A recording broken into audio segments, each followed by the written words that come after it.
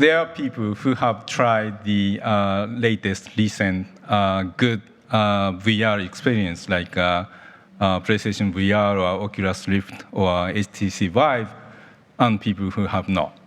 And the opinion and the expectation for the VR experiences would be very different whether you have tried or not. In most all cases, we have seen that people who had questions or a little bit skeptical about what VR can be totally turn around and become a fan and advocate of VR once they try it. And it's so much fun to attend the demo session so that people get really excited right after they try. So it's very hard for me to say people in general what they are expecting because most of people have not tried the latest VR. So many times people say, I'm a convert when they come out of a great VR experience. And they might ask you some skeptical questions beforehand, and then afterwards you say, do you want to ask me again? And they say, no, it's all right, actually.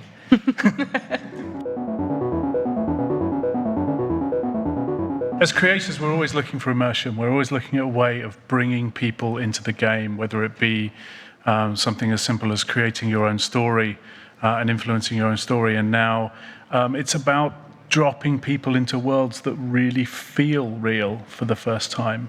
Shuhei on stage talked about that feeling of presence, that belief that even though your mind knows you've got a headset on, that you actually think you're there, which is just a paradigm shift for the industry. With a lot of games and movies, actually, you have to fall in love with the character, and then you get worried that the character is in jeopardy. And that's kind of what the mechanic is. My character is going to die. But in VR, it's you. And so, as Shu said, there's this like subconscious layer that actually believes that you're at threat.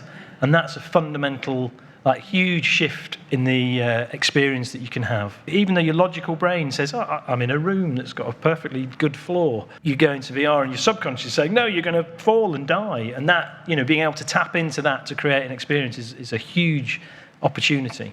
We've found that level of immersion can create like huge amounts of excitement with people.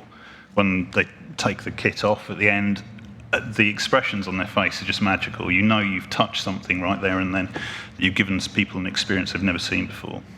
Yeah, I think once you reach the level of equipment that Shu was talking about, actually very simple experiences can be quite powerful. Just walking on a wire, that would be, a game from the 1980s or something, try to balance. But you put that in VR and all of a sudden it becomes a really exciting experience. So it becomes almost about building the worlds is a really big fundamental part of it. And the experience you can kind of add as you go, but you often find that you just put people in these fantastic situations and that's kind of enough.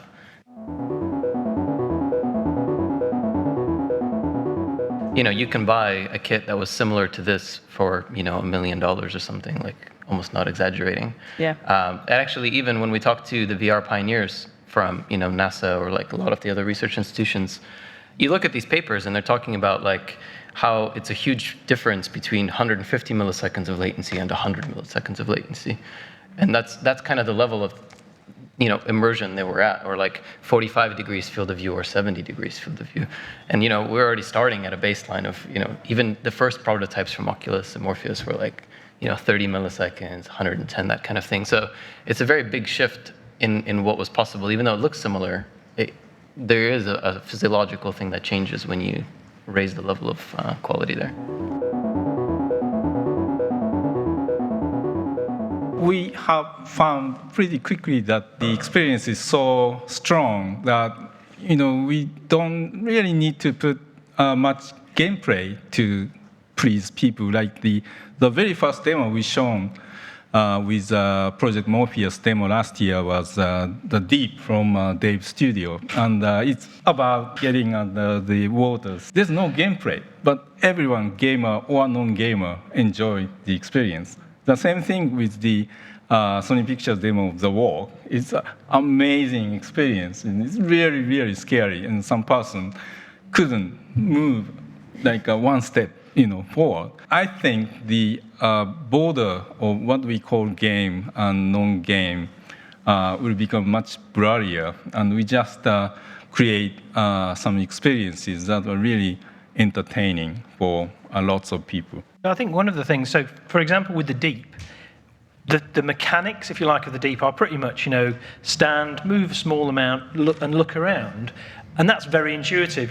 Most people know how to do that, so they don't need to learn a control scheme to enjoy that. And so that, for me, opens up a great deal. One of the tenets of VR is if you can make things as intuitive as possible and as like one-to-one. So when we've done a London heist, for example, and you're using your hands, people already know how to use their hands. They don't need to learn lots of mechanics.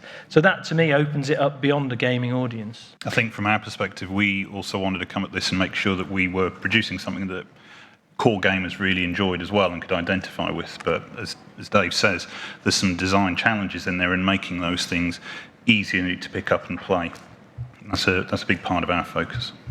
One of the funny things that we found was, at first we were quite worried that, when you put on a headset, you can't see the controller, and so you might not remember which button is what, etc. But then the Playroom team did this demo where they show you the virtual controller, and they actually overlay the button mappings onto it. And ironically, that becomes simpler than a traditional game where you have to look at the manual or a help screen. Here, you just look down. We know you're looking down. We can show you a tooltip saying, oh, yeah, by the way, triangle is jump or whatever.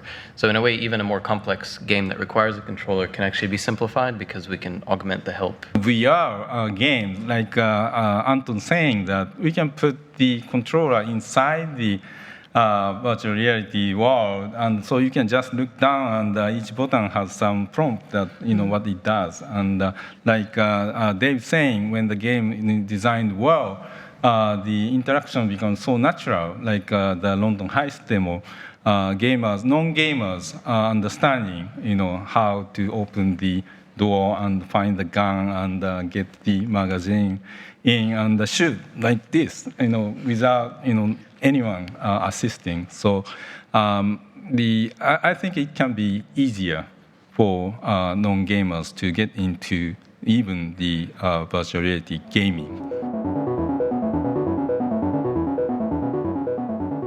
That's a secret still. Yeah, the hardware guys have pretty much completed their work, but still the system software team is hard at working, all those system features. So that's why we are not showing the a system UI or the non-in-game, non-in VR gaming experience when you have PlayStation VR, and that will come soon in the future. So. It's very different in many ways and similar in some that you might not expect. But with Rigs, we wanted to create a competitive game. We wanted people to have shared experiences online, even if they were quite aggressive experiences with each other.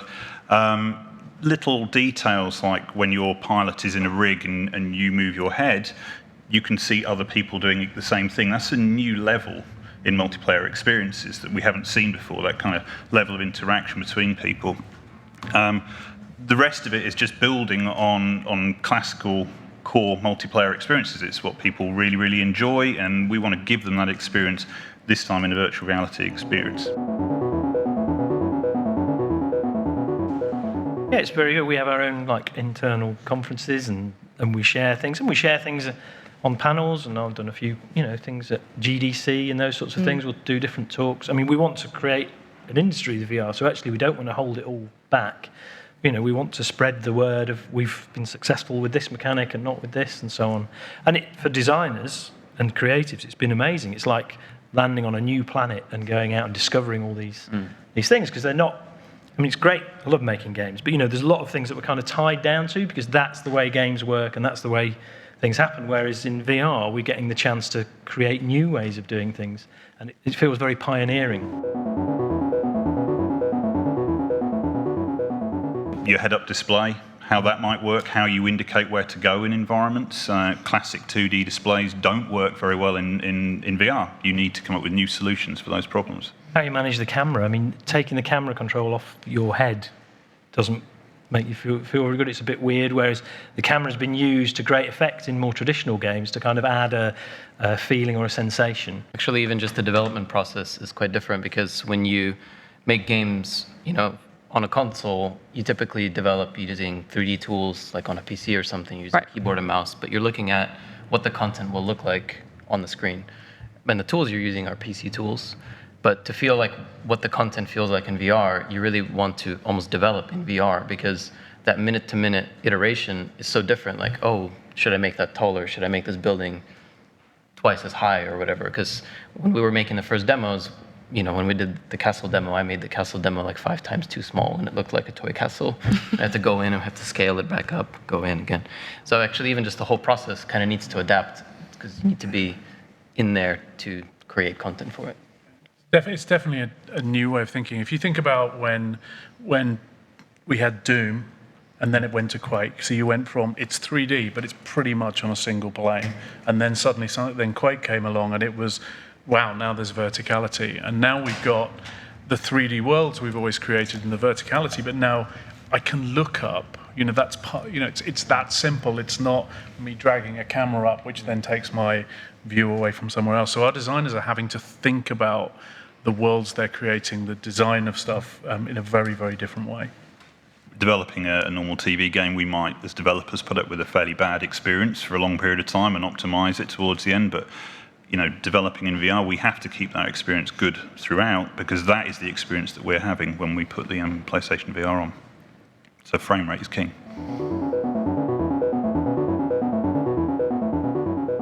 Very, very large number of those issues have actually been resolved just through improvements in the hardware. Maintaining frame rate, latency, those things are critical for it. A lot of the other ones are best practices that we're learning as we're going along. We share our games and our experience at trade shows. We do a very, very large amount of user testing. Day by day, we're getting better at understanding what the triggers for comfort or discomfort are, and we work those out of the equation. Yeah, people still get sick these days from playing first-person shooter games, and that's a flat TV. And so, some people will, avoid games that cause extreme acceleration or whatever that may be, just like some people avoid going on roller coasters. But the important thing is that it's 100% possible to make an experience inside the current hardware that will make, well, I don't want to say 99% because I'm an engineer, but essentially out of the hundreds of people I have demoed to at trade shows, we kept a tally, and it was like 1 out of 450, and that person was slightly inebriated. So I think that's a pretty good score. You can make stuff that essentially does not cause discomfort. But if you want to have a more extreme experience, then that's going to be for some subset of people. And these experiences are exciting as well. Yeah, it's worth it. Yeah, it is. I'd like to think Shuhei will back me on the fact that being ejected 60 foot into the air from a rig is an exciting experience, Yeah, that was the time when exact moment that rig was greenlit.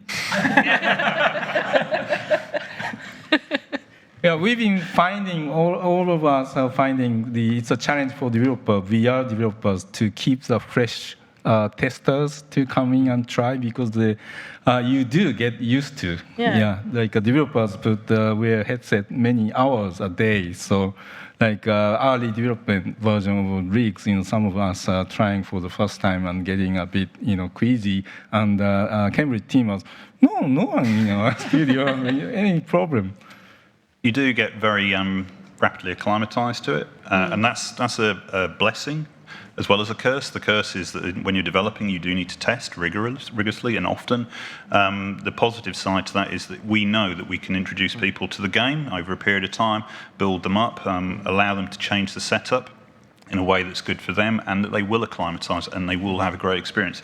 The hardest thing that we have to do is to come to a trade show where we have no time to acclimatise and put people into a live game that they've had no tutorial on, and go, off you go, get fired up into the air 60 foot, and that's about as extreme as it gets from our point of view.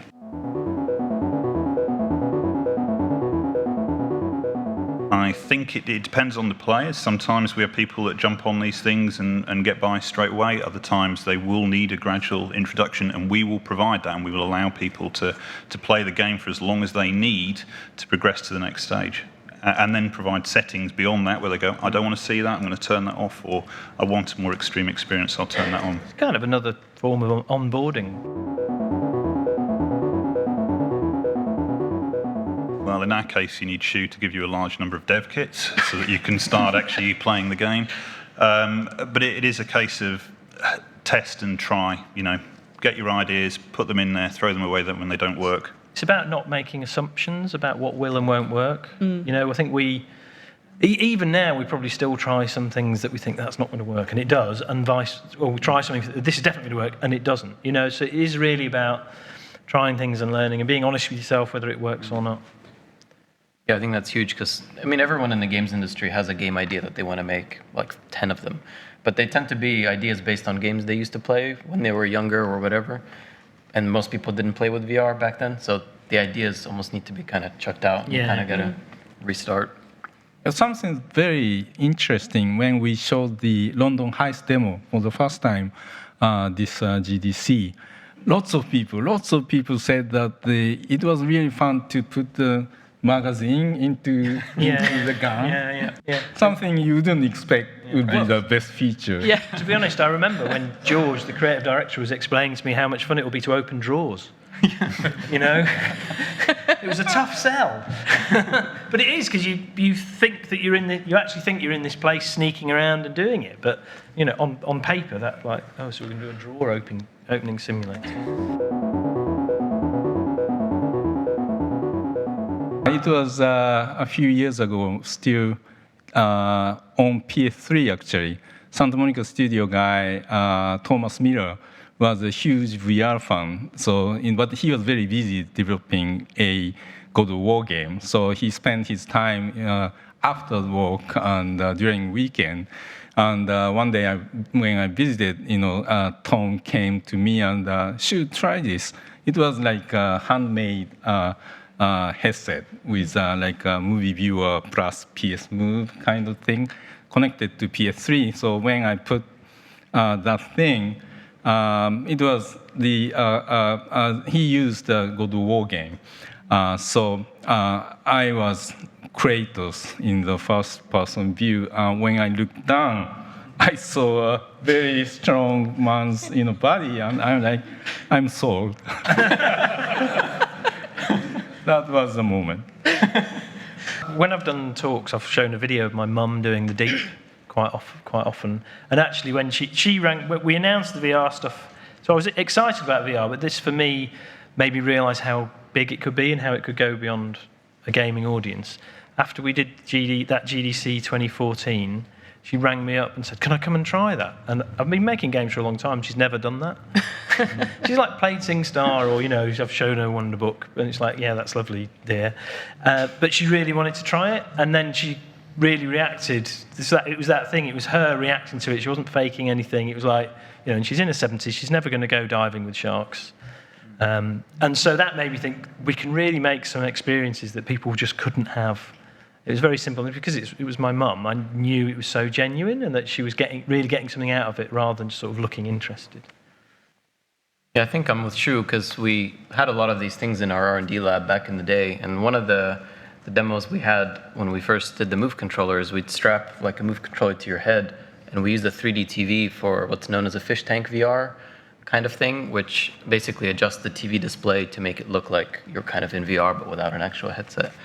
And the feeling you get, we had a demo that just had hands and you could just move blocks and create stuff or whatever. And just the feeling that you could see your own representation in the world was so powerful that it was obvious that it's going to get there. And so that was before kind of VR took off. It was obvious that it was a good idea. And then as we started getting prototypes internally, the point when I knew it was going to work was actually when we did the first internal demos and we kind of did a counter of how many people got sick.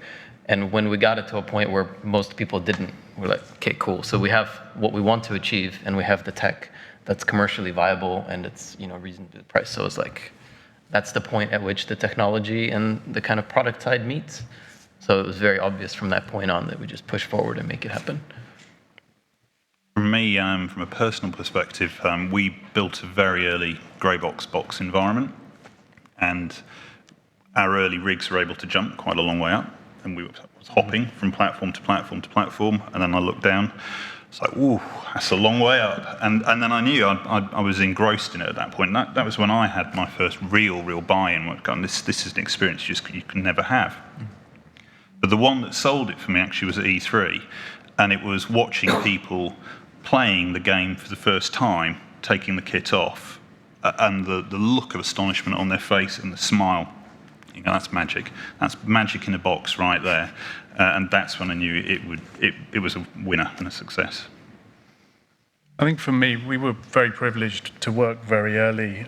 We did a tech demo back in 2013 called Jurassic Encounter. And when we showed it to people for the first time, it ended with you basically having your head bitten off by a predator and literally watching people fall off the chair with the headset on during the demo or scream because as it ended with this predator coming towards you and the head going over you, was like that we'd created something that just wouldn't have had that sort of impact in any other format. So that was for me. We had to catch headsets because I've run that demo to people and people and we'd be behind it with like 3 out of 5 kits, at the show. Like. Thank you. That's a great question that I'll be so happy to answer. So we are approaching PlayStation VR development like we've been approaching developing PlayStation's hardwares, meaning that for a game console, we have to make sure that anyone who put their hands on has to be able to just connect and use. Has to be so simple to use it. And that's from the consumer standpoint. And because almost no one has used this thing before, so it's a massive challenge for our hardware developers and system software developers. But we are taking it as our challenge for PlayStation VR. From the game developer standpoint, it's also the same for developing games for regular consoles. That every single PS4 is the same from performance standpoint. So because for VR experience to be great and comfortable, we talked about how important it is to maintain the stable high frame rate, for example.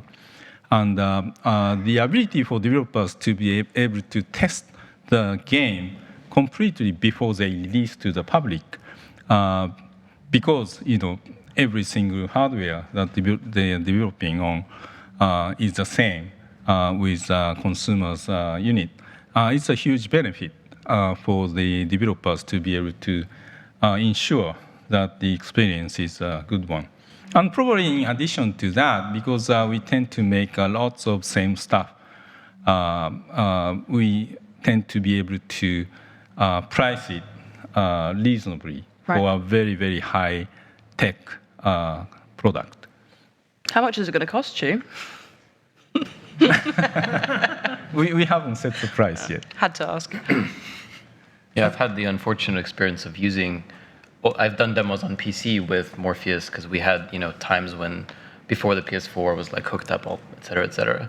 And I've had to lug PCs around and ship them, and they break when you ship them. So you have to try to get one on site, and the drivers are wrong, and the video card doesn't work, and then you plug this in, and the HDMI does. And then when we finally got, the PS4 final kit, final firmware, plug it in, it works. It was even nice for our developers because we could just say, hey, can you please get us this kit? We plug it in, we get to the show, hey, it worked like we expected. It wasn't this huge mess. So it's just from a practical standpoint, it's night and day. I think actually for us as well is, because we've got the PlayStation 4 that's dead powerful, we've got the camera, we've got the headset, we've got the DualShock 4, and we've got the Move controller. It's a really good ecosystem to work with. So like the Deep, for example, doesn't use a controller, it's just you. Same with Street Luge. And then we use the Move controllers in the Heist, and then we've been looking at experiences that use the DS4. And Nick Doucet, for example, has great fun experiences with the DS4. And it's a great opportunity of different inputs, but it's also because it's a closed ecosystem. You know exactly what you're going to get from each. in our studio, we made iToy and SingStar, which were super social, like couch social experiences. So we've used some of that experience. You know, for example, the Deep. It's as much fun to watch my mum or whoever doing it as it is to take part. And it's a fair, you know, there's a fairly short experience. And Street Luge is another one we did, which is like 2.5 minutes. So you could sit there and pass and play and have leaderboards. There's also things you can do in the room, like asymmetric play. It's like Nick Doucet's done a great demo of that, where some people are playing on a DualShock, and one person's in VR. So I think there's a lot we can do to make it social, and it is kind of fun, you know, to do that. I mean, it's not that, you know, I think you could make a great solo experience that is isolated and you want to scare people, and the isolation is kind of part of what you want to go for. But at the same time, you can make great in-room fun as well, and multiplayer online, you know. I don't think it's that different to other things from that perspective. I agree with the online multiplayer. I mean, we wouldn't normally consider that to be an antisocial experience, so playing it in virtual reality is no less. And actually, some of the interactions you can get, because you're able to look around and you feel more engaged in the environment when playing online, actually makes some of those things more intense, more social, really. Yeah, it's, even when we were first designing it, it was a big idea in our minds that for people to understand VR, they have to try it. So we have to make it easy. You know, if I buy a kit and you come over, I have to be able to easily be able to take it off, tell you, hey, try this, and then we can kind of swap it around. That's a lot of the design of the kit. Although you don't notice, you know, the optics, for example, are made so that people with glasses or without glasses can use it. The adjustment doesn't have to be, you know, mega precise. It works. So there's a lot of these sort of almost party considerations that are fundamental in there. Yeah, and it was a really conscious decision to show on the TV screen what the person's seeing. You know, because that's fun. We did a demo on Shu actually, where we put him in a haunted house, and he was moving around, and we could control the scares. And that was quite a lot of fun, actually. Lots of these system features being proposed by our studios, like London Studio, Japan Studios, and the hardware guys were very happy to implement in PlayStation VR. Using like a PlayStation Move, you can do a high five in VR. It's really social. Yeah, I mean, seeing other people, like we mentioned before, is a huge. Like just being able to sit face to face with somebody and interact kind of in a space, you know, just creatively, like do a chess match or, you know, build something together or any of these experiences, being able to be with another person in a fantastical environment is like a really different experience on top of, you know, already being in VR. So yeah, there's, and again, multiplayer, right? It could be near people outside of VR, inside VR, so it's just, there's lots of different permutations you can go off of. I think there's a lot still to come there. I mean, we're really excited about VR coming out, but actually, let's not forget it's the beginning. You know, I'm sure we'll look back on some of these experiences and go, guys, you know, did we think that was and there's so many more things to come. I always think about when we worked on the original PlayStation. It was more than 20 years ago. Working on PlayStation VR, I feel like I'm back 20 years ago, and I feel younger again, and I can't wait to see how this will develop, like the 3D tech and the games using 3D real-time graphics has advanced for the last 20 years. I've been involved in a number of different innovations. London Studio's got a history of innovation, you know, first camera games and that kind of thing. But when I've been involved in those, it's always still been within the gaming space. With VR, it feels like there's a bigger tidal wave coming because it goes outside that. So I'm finding it really exciting. And also, what I'm looking at is that we have done in our history, like iToy, we've done Move games. Those things feel like stepping stones to this, you know? So I can see, I think in 20, 30 years, we'll look back, and by then, you know, the last 10 years will be kind of compressed in people's minds, and we'll see the different advances from 3D TV, Move controllers, camera gaming, and they'll all look like, oh, these are all the building blocks of VR. And that's what's making it really exciting for me. I feel like a pioneer in this thing that's going to be huge.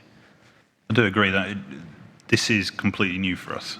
You know, we've been doing this a while, but everything is starting again. It's like we're right back at the beginning. So coming into work, you're finding new things and doing new things, and as a developer, that's very, very exciting. And beyond that, the experiences that you're seeing people have when they play these games are just phenomenal.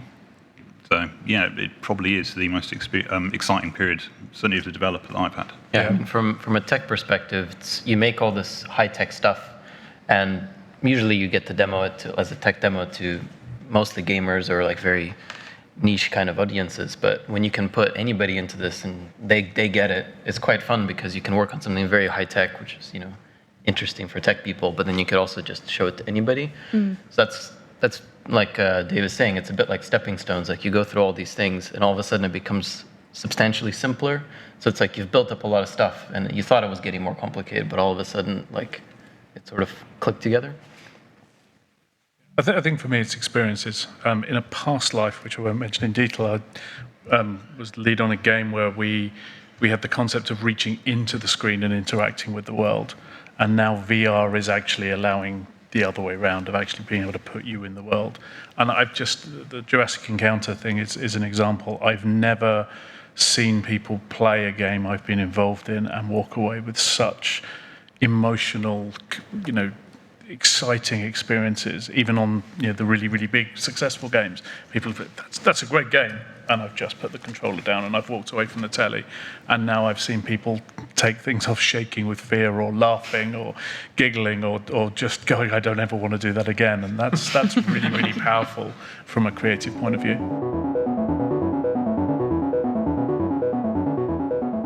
Yeah, so it's a game designer's challenge not to design games so that the game requires a player to stand up and make players walk around in a larger space than the system or the regular room size can take care of. So it's safer to design an experience that with sitting down, but the certain experience is much better when you stand up. So any of you made a demo that's better standing up. You must have taken lots of care, not bad things happen. Yeah. We've done a couple of those, and we absolutely take care. And it's also worth remembering. I mean, I made a dancing game with Move controllers, and actually, there you're asking people to look in one part of the living room to copy a dancer and to move around vigorously.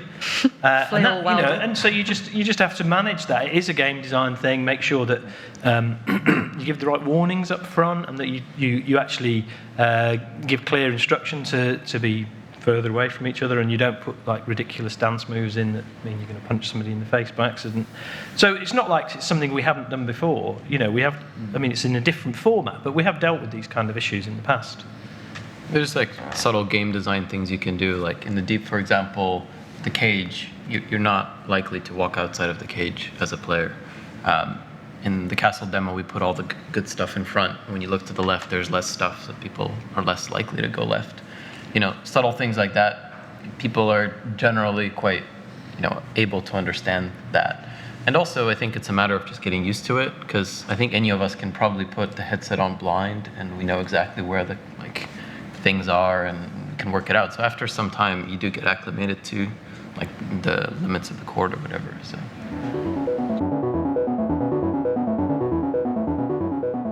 We have internal rule that any demo we bring to event has to be less than 5 minutes.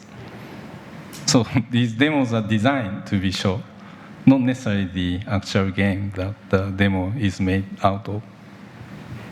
Yeah, a lot of it is logistics. Like you do the numbers, and if you're at a trade show, you want to get a lot of people through VR because that's the best way to experience it. So you take 3 days, you take a time limit, you divide 3 days by that time limit, and that's your throughput. So that's kind of the sweet spot, is about 5 minutes. But, actually even the short demos, I really liked playing the luge demo, and we had a competition well after hours trying to get the fastest time on the luge. So it's not really just like a consume and throw away. Sometimes it's a demo that you can come back to many times, even if it is short. But that being said, the longer ones are for a longer show?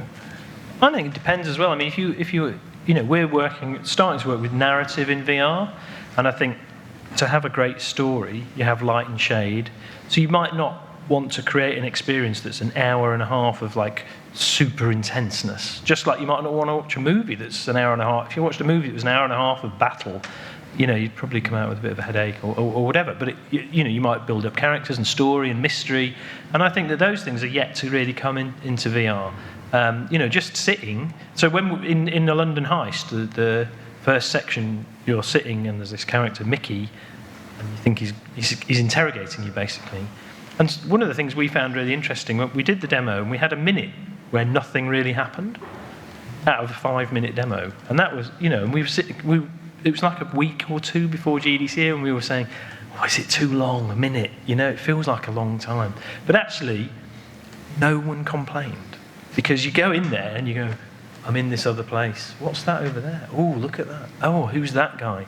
And you actually, you're sort of learning a bit of the story just by taking in where you are.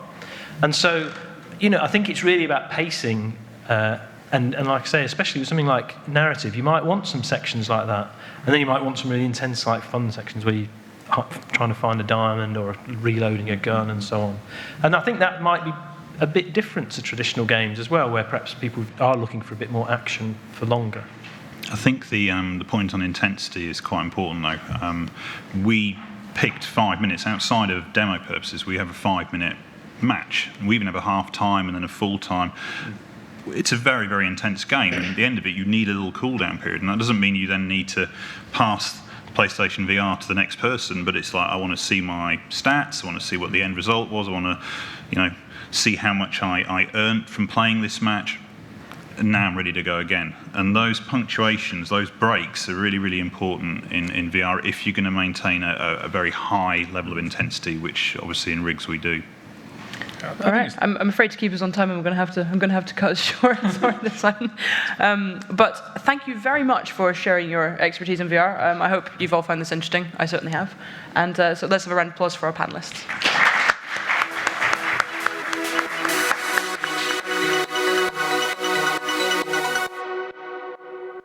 PS4 for the players.